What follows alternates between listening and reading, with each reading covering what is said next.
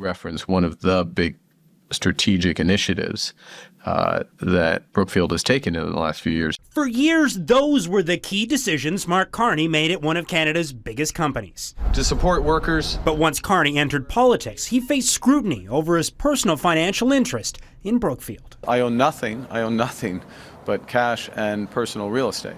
So, that's not going to change. But he does have investments declared to the Ethics Commissioner, including a long-term incentive plan based on how well a Brookfield Clean Energy Fund he founded performs, and stock options in Brookfield Asset Management, which company filings show is worth 9.3 million Canadian. They're now placed in a blind trust, which Carney can't access until he leaves office. But this expert believes the executor of Carney's trust is unlikely to make major changes. An asset that's like a stock option that you wouldn't sell because it wouldn't have value until it vests. So there are some blind trusts for which you'd have a pretty good sense of what remains in it. The Conservatives want Carney to liquidate all his assets, including the over 500 stocks the disclosure says are held in a third-party investment account. Mr. Carney is clearly not blind of what he holds because even we know what he holds due to this disclosure.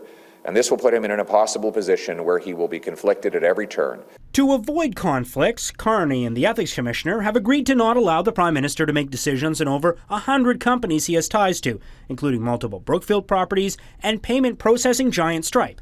If one of those companies do come up, Carney's supposed to leave the room and make a public disclosure. What we really rely upon is that public office holders have an obligation not to place themselves in a conflict of interest, to not put their private interests ahead of their public duties. Carney is allowed to own specific assets if they're put into a blind trust, Donna, something the Prime Minister's office pointed to in a statement, saying Carney worked with the Commissioner before he was required to expedite the disclosure.